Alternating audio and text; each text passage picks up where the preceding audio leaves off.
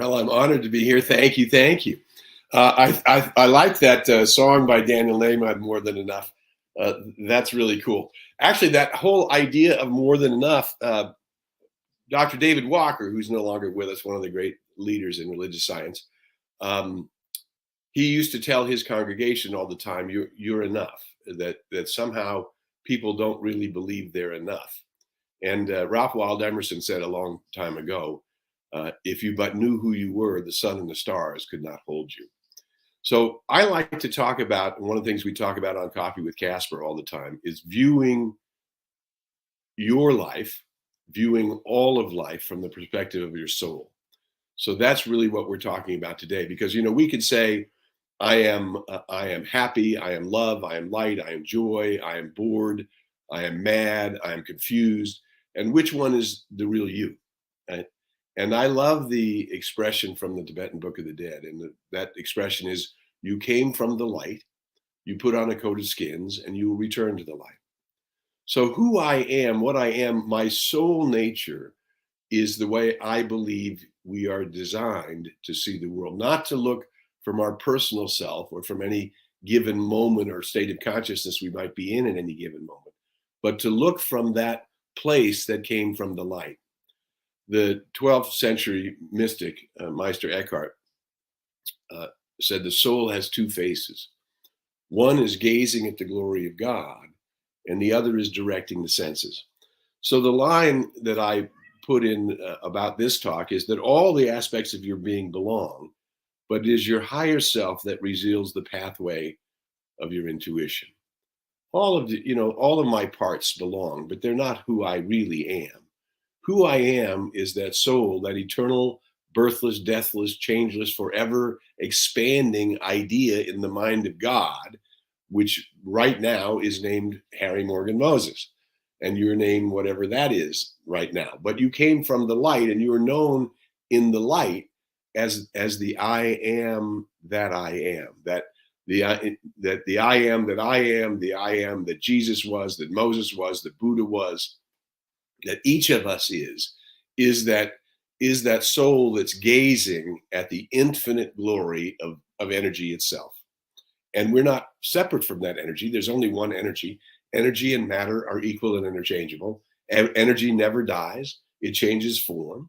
And so we are energy encapsulated in the body, and yet what we are is something much greater than the body.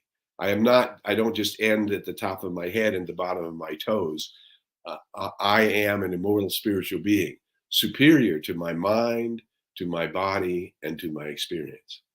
And the more we begin to dwell from that perspective, to look at our lives from that place where I came from the light to put on a coat of skins in order to express that light in the world.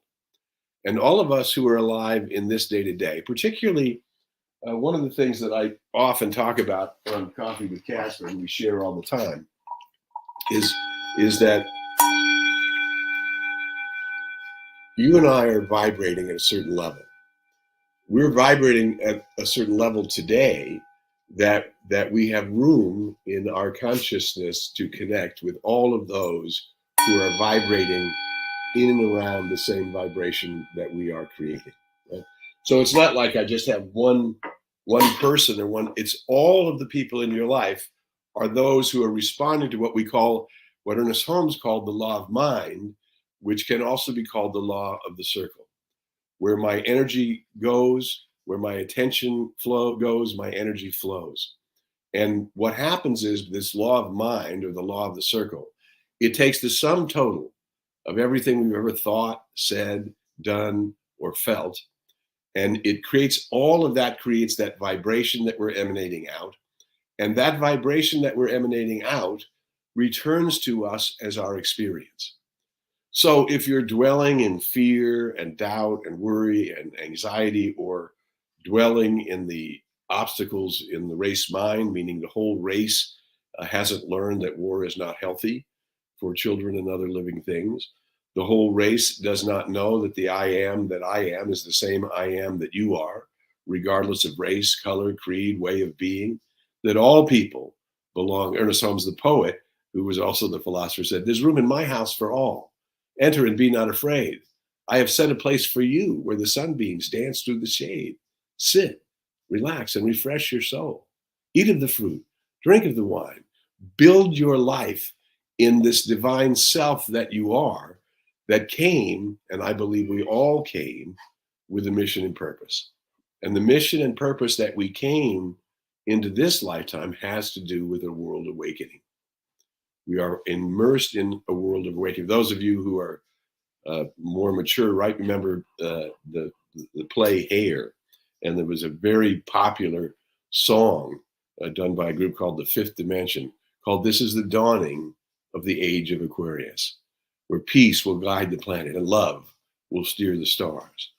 And now, if we came into this lifetime knowing that you were part of that you were part of bringing forth the dawning of a new age, you are, and you may have also been disappointed that that new age has not revealed itself into the greater mass of humanity that it has. We're guessing in terms of enlightened souls that recognize there's only one life, that life is in you, that life is in me, and it's the same life, that the glory of the Most High is revealing itself to us and is the voice of our intuition. And this is where we're going today. It's the voice of our intuition. Now, intuition, as Ernest Holmes said, is the voice of the divine, is the voice of God in the human being. So while all of the parts of ourselves belong, the part that has fear shouldn't be driving the car. The part that is worried about whether you're deserving, that shouldn't be driving the car, because you're more than enough. You are the glory of the Most High, gazing at the glory of God. And the other part of your soul is guiding you, directing you, leading you into the paths that fulfill all of your dreams. But you might remember the play South Pacific. There was a lyric in the song that says, you got to have a dream, because if you don't have a dream, how are you going to make a dream come true, right? And you and I have a dream. And that dream is, and here's an affirmation that I learned many years ago. I've been teaching forgiveness for over 30 years. And one of the great affirmations that one of my teachers taught me, which I just, from the moment I heard it, I said, boy, that is right on the money. And here's the affirmation: I choose to comfortably live my life and fulfill my purpose. I choose to comfortably live my life and fulfill my purpose. The time of life where suffering and strain and penance and repentance and all of those things that I suffer, that I might be more clear, that I might be more alive, that I might be more of service to the divine, your suffering is not bringing anything to the world. You're participating in the anger, the fear, the prejudices, the doubts, the backwardsness of people who believe that violence is a solution. These things have served humanity as much as they possibly can, and they now need to be transformed into that which Judge Thomas Troward called heaven's first law, the law of harmony. The universe itself must be governed by a principle of harmony, because otherwise you would go back into the realm of duality. Well, then if there's really just good and evil, then good could lose, evil could uprise and destroy eternality. And eternality is not destroyable. Energy is not destroyable. It changes form. The forms of energy change. And so the forms of humanity's inhumanity to itself, humanity's inhumanity to itself is not helping anymore, because we're the same thing. The life force in you is the life force in me. The beautiful in you is the beautiful in me. The good in me is the good in you. It's the same good available to each of us individually as we reach up into that higher nature. And we begin to listen to the voice of intuition. It's gazing at the glory of God, looking at the magnificence, the ever expanding magnificence of the universe that I am, and it's trying to guide you to it. It's trying to bring you into it.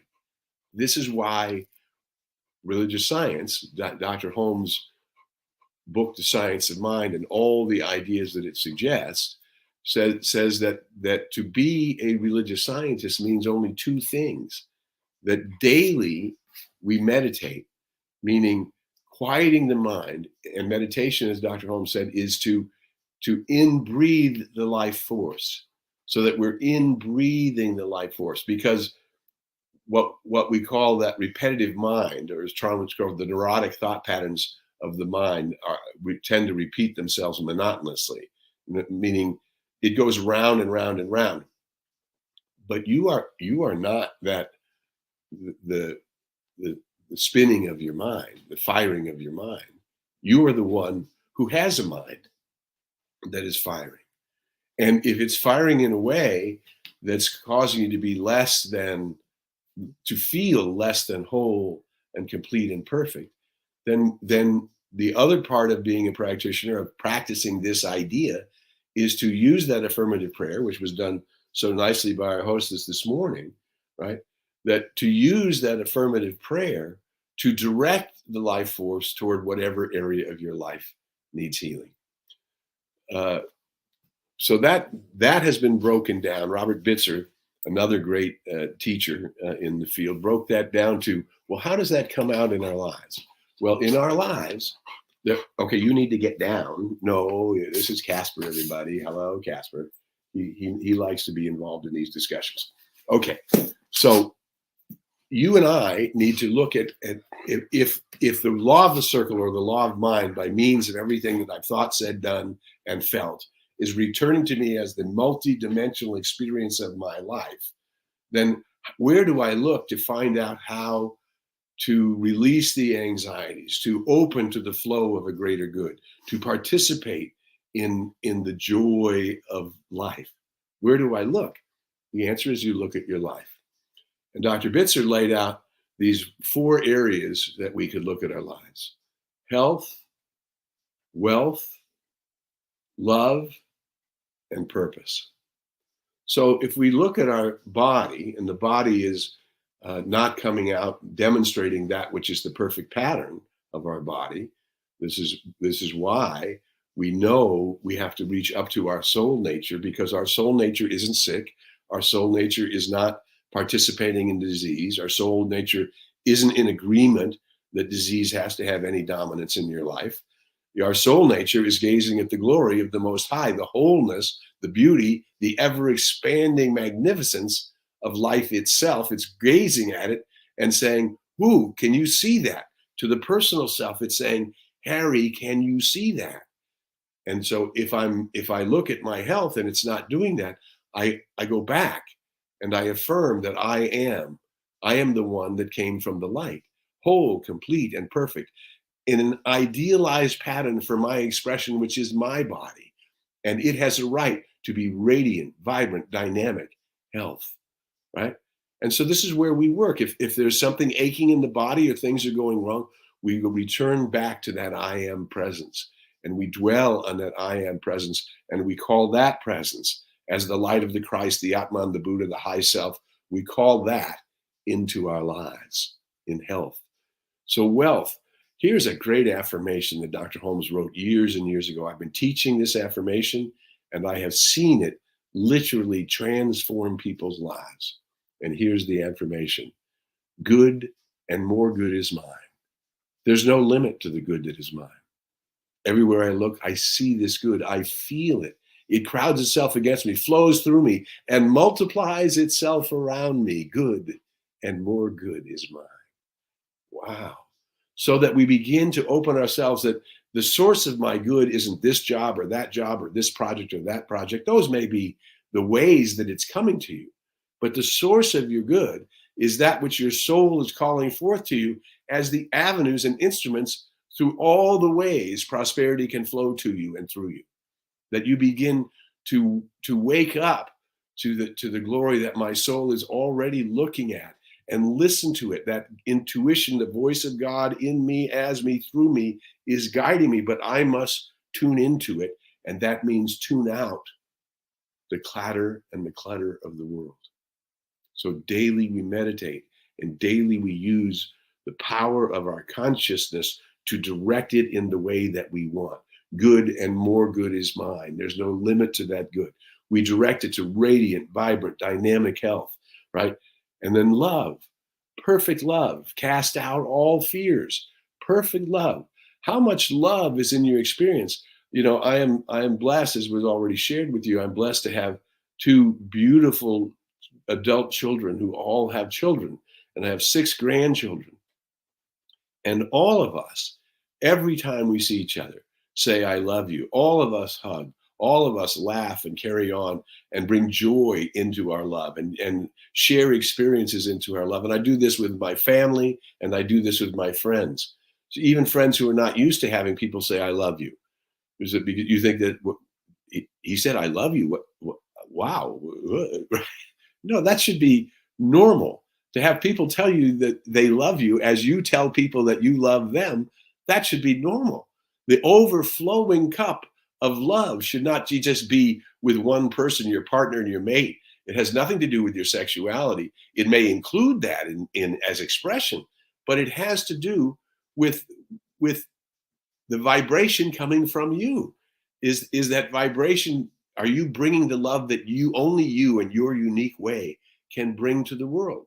Personal love, universal love flowing through you and becoming personal to you. Health, wealth, love, and purpose. And this is where we go back to where I started. I choose to comfortably live my life and fulfill my purpose. Who I am is the Christ, the Atman, the Buddha, the high self, the glory of God incarnated as me. And it is my job to knock on the door. And we were all given instructions. The great master teacher gave everybody the instructions of how to do it. So it doesn't belong to a religion. How do I bring this greater good into my life? Ask for it. Ask for it. Seek, ask, and then move in the direction of that which you've asked for. What is the phone call I need to make? What is the kindness I can express? What is it that I can do today that will match the dreams I'm seeking to fulfill? Right? Ask and seek and go after it. Move in the direction of it. Any baby step in the direction of your dreams is how the universe works with you to bring you the greater good. One thing leads to another, unfolds to another, and it unfolds vibrationally as it goes out. Right? So this is where we are right now in our world. We're at a place where we need to withdraw from the clutter and the clamor of the world. Daily focus on that which is my true and eternal nature. Remind myself that I have a right to comfortably live my life and fulfill my purpose. Fulfill my purpose. I came from the light. I came from the light to support an awakening world. It's not your job to wake up the world. You came to do your part. And that's all you have to do. And you might find that your world continues to reveal, behold, the kingdom of heaven is at hand. It's here. That my good continues to unfold even in the midst of the race's belief in prejudice, and the race's belief in war, and the race's belief in violence, and the race's belief that anger is a real and authentic power. Those are false ideas, and you do not have to participate in them. That's why we call our teaching transcendental. It transcends the lower levels and causes us to move up to a higher level. And who you are is that immortal soul that came with a mission to fulfill your life in joy, in love, completely, at every level. And yes, there will still be human things that happen. I'll tell you this quick story. And then I need one of my moderators to tell me time. I didn't look at the time, and I have no track of it. So somebody let me know how many minutes we got left. I don't want to stake your time beyond what is ours to share today. So here's an example. We said, God, you have a great resume, or you've done all these wonderful things, and yes, and you're still human, and you still will make mistakes, and hopefully, when you make a mistake, you let the law take care of it. I made a mistake, I pay for it, and now I move on. So I want to just tell you this story, and I will tell you this story if you're on Coffee with Casper on Tuesday. You'll have to hear it again. But it's a really great example of how our vibration supersedes even our smallness. that when we begin to attune ourselves with our own soul, I am that which is love and light and joy and wisdom and peace and poise and the beauty of the Most High, expressing itself as love and light and joy in this day, right? This is mine to do, to daily meditate, to breathe it in, to accept the glory of the I am that I am, to quiet the mind and participate in. And then with that awareness that you are that eternal soul, to bring it out into the world. Well, the other day was my son-in-law's birthday. I had a bunch of errands to run. If you may have heard, here in Los Angeles County, we had a big freeway failure. So the navigators were sending people all kinds of weird ways to go do whatever their work in the city was. So it was sending me a route that I don't normally travel, through a part of town that I'm not usually in. But I wanted to get a birthday card on behalf of my wife and I for our son-in-law. And I said, well, if I see a drugstore or something on this route, I'll pull over and get it. Well, I pulled into this parking lot at the edge of Venice and Santa Monica, where there's a lot of homeless people. And I saw all kinds of police activity. And then when I got into the parking lot, I couldn't find the drugstore. And I'm looking around for the drugstore. And something within me said, this isn't the right place to shop right now. You should just go. And then I turned in the parking lot and I saw the drugstore and I said, oh, it's right there. So I had a voice of intuition that said, this is not your place. And I went in anyway, just to get my errand done. And when I came out, I dropped my wallet, credit cards, cash, information, just the worst thing in the world. If you ever lost your wallet, you know how bad that feels. It's like, oh my God. And I didn't realize I dropped it. I drove 20 minutes before I realized I didn't have my wallet. So I immediately call the drugstore. I'm calling the drugstore, and then my phone rings, and some unknown number. And so I answered the unknown number because I was in a state. And the person says, her name was Yaya, I think. And she says, I think I found your wallet. I said, oh my God. She said, don't worry. I have it. And so I'm still worried. I'm so mad at myself for dropping it and not noticing I'm dropping it. I made this human error and I'm just so frustrated myself. And I'm driving in traffic back to try to find this woman and get my wallet. And I had money in it. And I just thought, oh no. And I get there. And this wonderful soul, happened to be an African-American woman, just vibrating with light, says to me, you must do something wonderful in the world because you're protected. Your wallet was here, surrounded by homeless people, surrounded in this not very good neighborhood. And I got it. And I found your business card and I called you.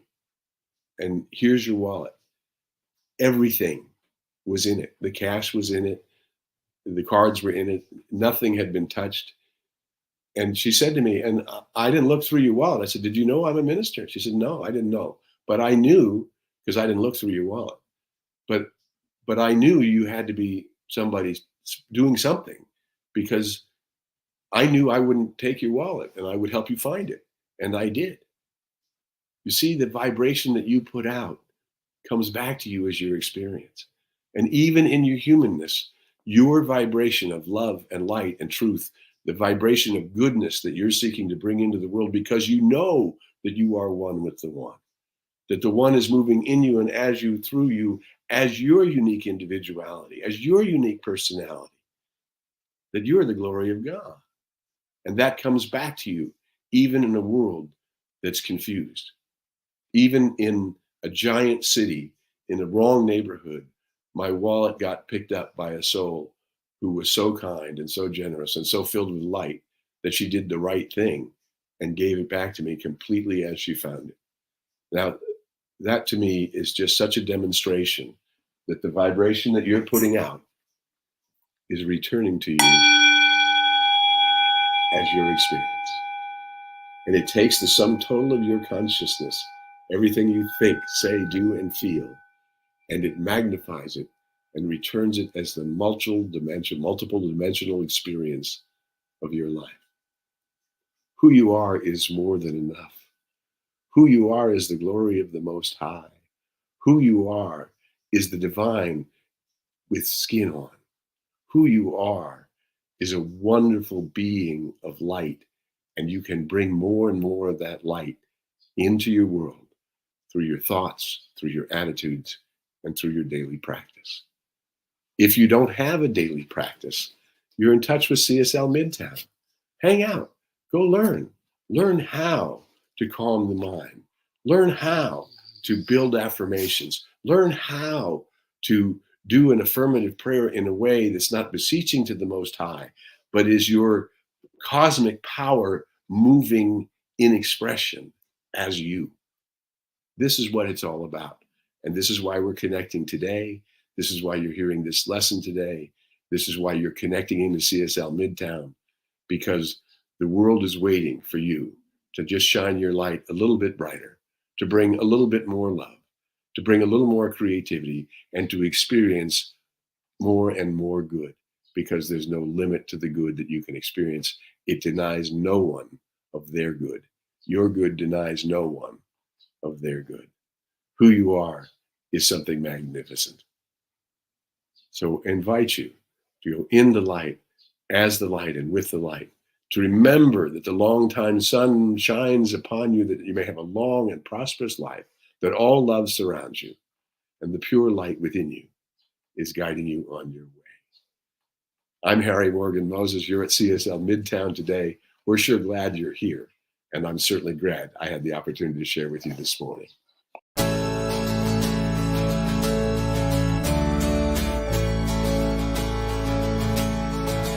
There is more than enough in a universe that you created. There is more than enough on a planet of sacred design. There is more than enough for humanity made in your image. Why would I worry? Why would I doubt? Why would I ever think I'd go without? Why would I worry? Why would I doubt? Why would I ever think I'd go without?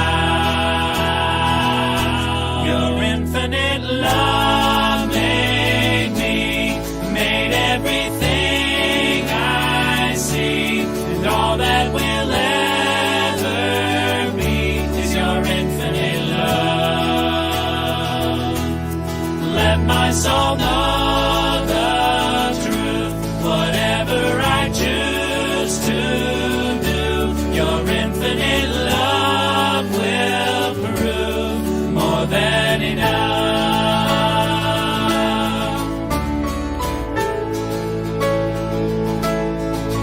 There is more than enough in a universe that you created. There is more than enough on a planet of sacred design. There is more than enough for humanity made in your image. Why would I worry?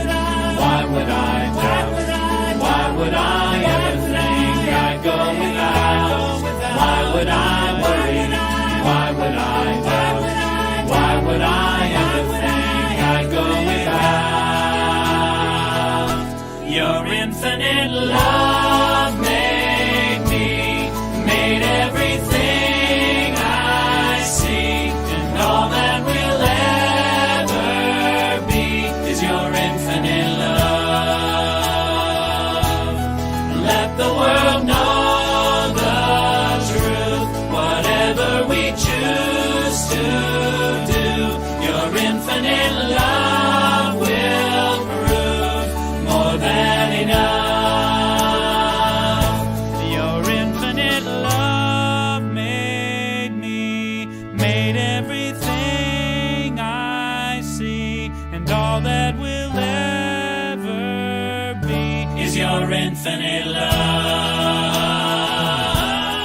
Let the world know the truth, whatever we choose to do.